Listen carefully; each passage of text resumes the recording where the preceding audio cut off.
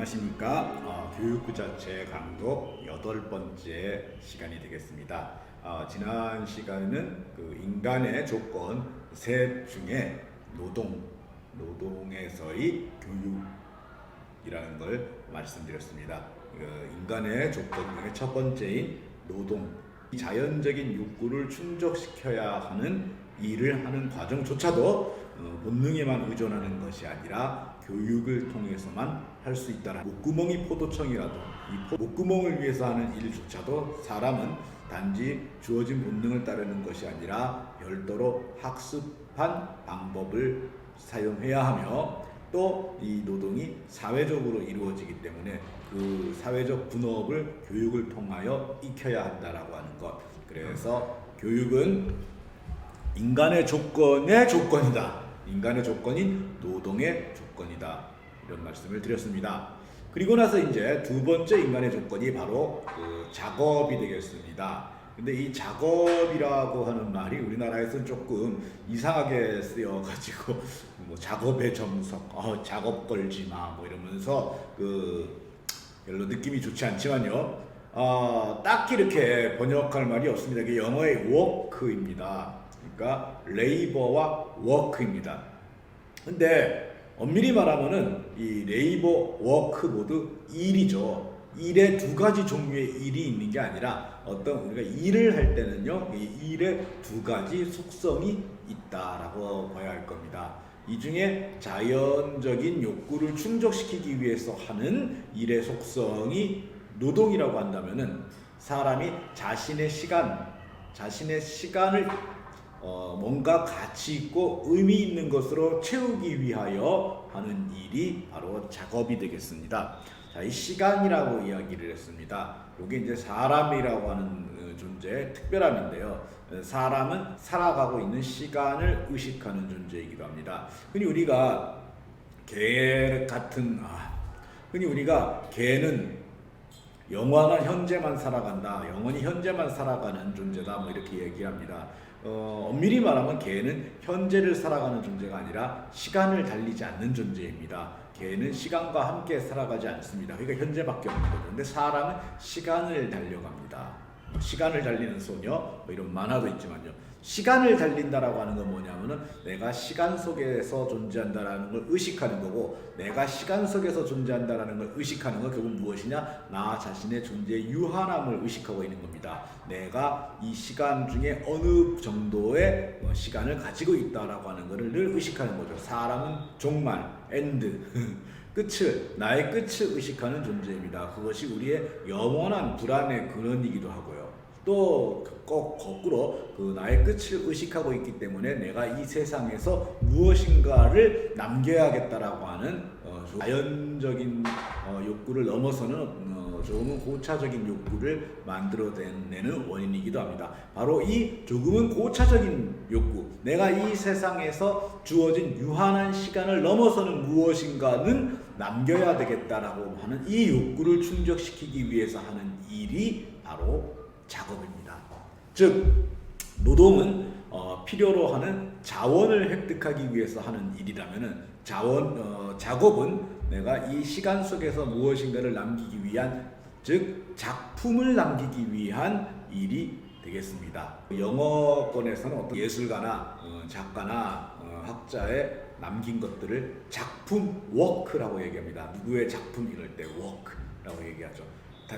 또 이 작업은 작품을 남기지 않더라도, 즉 나보다 더 이 세상에 오래 남아있을 그 무엇을 남기지 않더라도 굉장히 의미가 있습니다. 왜냐하면 내가 어차피 의식하고 살아가는 이 시간을 의미 있고 보람 있게 채우면 되는 거거든요. 그래서 나는 이 시간을 의식하며 살아가되 이 시간을 의미 있고 보람된 그러한 행동으로 채우고 싶다라고 할 때 거기에 해당되는 일이 바로 또 작업이 되겠습니다. 자, 시간을 이렇게 의식하면서 일을 하게 되면은 노동과 굉장히 차이가 나게 되는데요.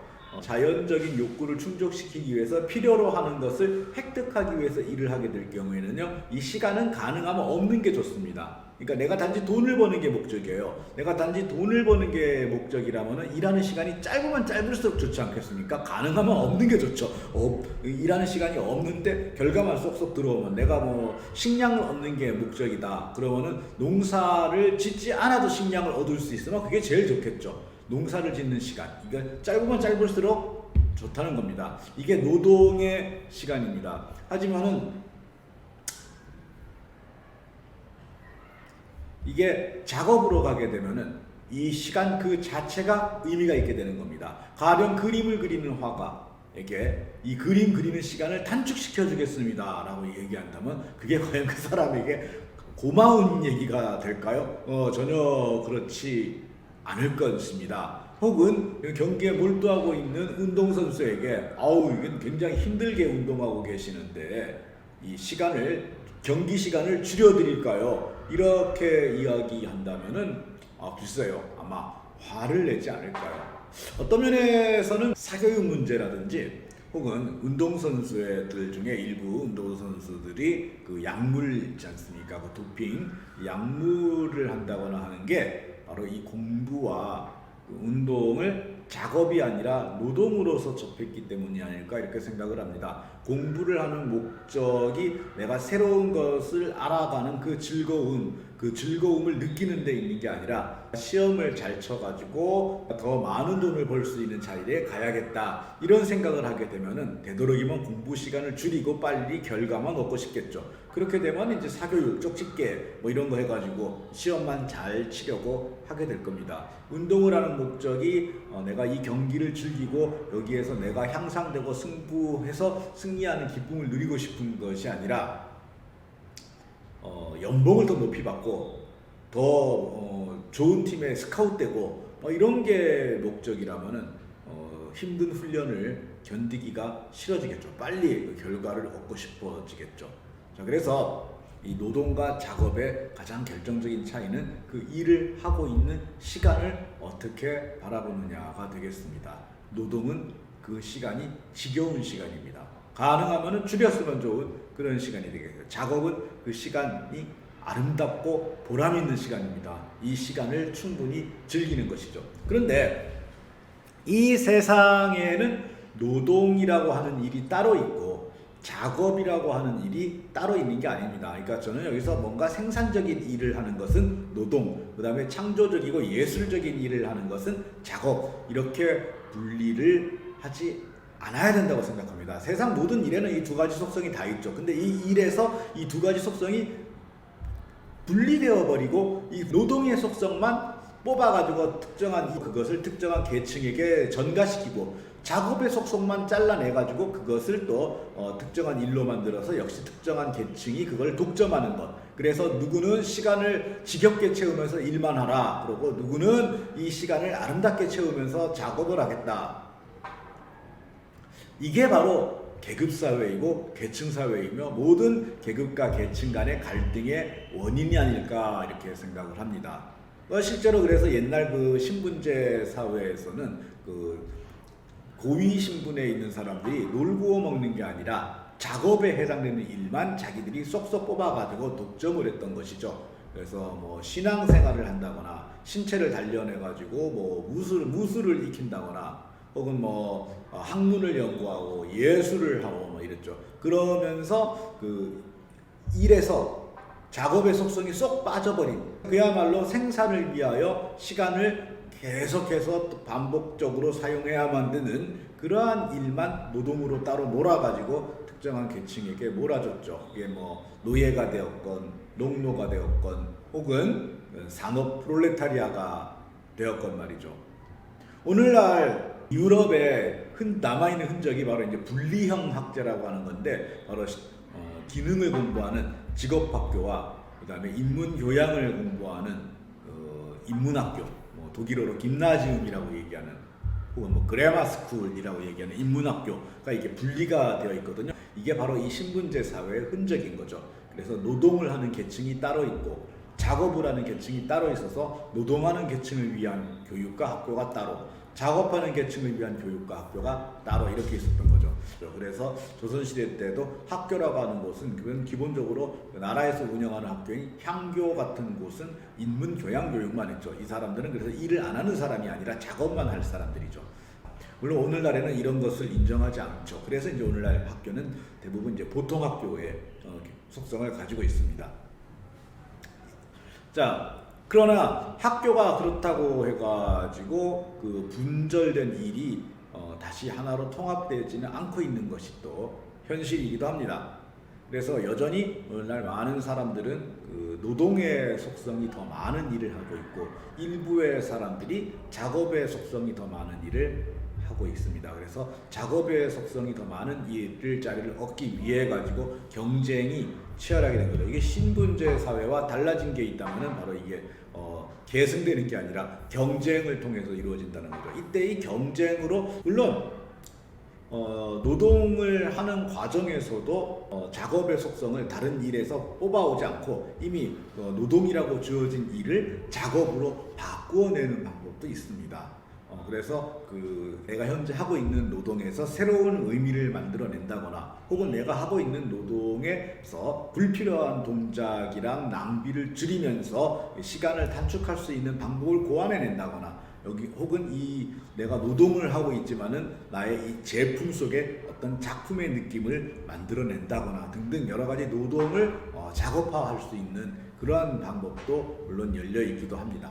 자, 근데 여기에서 이 작업이 되었건 노동이 되었건 혹은 노동을 작업화하건 간에 말입니다. 이 모든 것들이 기본적으로 다 교육을 전제로 하고 있다라는 겁니다. 작업이 교육을 전제로 하고 있다라는 건 뭐 그 100% 자명한 일입니다. 작업이라고 불리는 일들, 그러니까 작품을 남기는 일을 하려면은 우선 일반적인 노동에 비해 가지고 훨씬 더 많은 기능이 필요하죠. 그다음에 작업은 긴 시간을 줄이려고 하는 게 아니라 그 긴 시간을 즐겨야 하는 게 작업이 아니겠습니까? 그렇기 때문에 이 시간을 즐길 수 있는 태도, 결국 인내, 끈기 같은 태도도 훈련되고 길러져야 되는 겁니다. 그리고 어떤 그 작업의 경지에 이르기 위해서는 첫 번째 관문, 그러니까 가장 기본적인 기능은 어느 정도 익혀둬야 되는 그런 관문이 있습니다. 그걸 우리가 이제 진입장벽이라고 얘기하죠. 대체로 우리가 작업이라고 부를 수 있는 그런 영역은 진입장벽이 상당히 높습니다. 근데 이 작업의 진입장벽에 해당되는 영역은 뭐 배울 수밖에 없습니다. 이거를 피해갈 수 있는 방법이 없고요. 그다음 이 진입장벽에 해당되는 기능이나 태도를 또 지식 이런 것들을 배우는 과정은 마냥 재미있지만은 않습니다. 그러니까 견뎌야 되는 거죠. 이러한 것들은 사람이 날 때부터 가지고 태어나는 저절로 발현되는 그런 본능은 아니죠. 이 역시 모두 교육되어야 되는 겁니다. 그래서 작업을 하려면은 그리고 작업을 즐기려면 그래서 시간을 보람있고 의미있게 채울 수 있는 그런 삶을 살아가려면은 상당히 많은 교육이 필요하게 되는 거죠. 물론 노동을 하기 위해서도 우리 교육이 필요하다고 했습니다만은 또 노동 속에서 작업의 요소를 발견하고 노동을 작업으로 바꾸어내려면 그 역시 기본적인 소양이 상당히 많이 갖춰진 사람이라야 되는 겁니다. 따라서 우리는 이렇게 얘기할 수 있습니다. 교육은 노동의 조건이지만 또한 교육은 매우 강력하게 작업의 조건이 되기도 합니다. 교육이라고 하는 것이 이루어지지 않으면 노동도 작업도 이루어지지 않죠. 또 다른 면에서 이렇게도 생각할 수 있습니다. 교육 그 자체가 이미 작업인 거죠. 교육은 기본적으로 사람을 바꾸는 겁니다. 사람을 바꾸고 나를 바꾸는 거죠. 그 내가 바뀌기 전에 나와 바뀌기 나의 나를 비교하고 확인할 수 있을 때, 그때 보람을 느낄 때 그 사이에 있었던 시간은 상당히 의미 있는 시간으로 채워지게 될 겁니다. 그렇다면 교육이라는 것 자체가 이미 또 작업이 되는 겁니다. 우리가 어떤 노동 속에서 작업의 요소를 찾아낸다거나 노동을 작업화하려고 한다면은 그 노동 속에서 교육적인 함의를 찾아내는 것보다 더 좋은 것은 없을 것이라고 생각을 합니다. 이래저래 노동과 작업에서 교육은 가장 필수적인 조건이 되고 있습니다. 그렇다면은 우리 아렌트 선생님께 저는 이렇게 물어보고 싶습니다. 인간의 조건은 교육이 아니냐? 네, 제가 감히 이제 하나 아렌트에게 태클도 한번 걸어봤습니다. 내가 만드는 유튜브인데 뭔 소린들 못하겠습니까? 그냥 한번 해본 이야기입니다. 자, 이 다음 시간에는 이제 인간의 조건 세 가지 중에 행위에 대해서 살펴보고 그 행위 속에서 교육적 함의, 교육이 어떻게 행위의 조건이 되는가 하는 것들을 한번 말씀드려 보도록 하겠습니다. 네. 이쯤에서 다시 한번 구독과 좋아요와 공유를 부탁드립니다. 네. 여기까지 말씀드리도록 하겠습니다. 고맙습니다.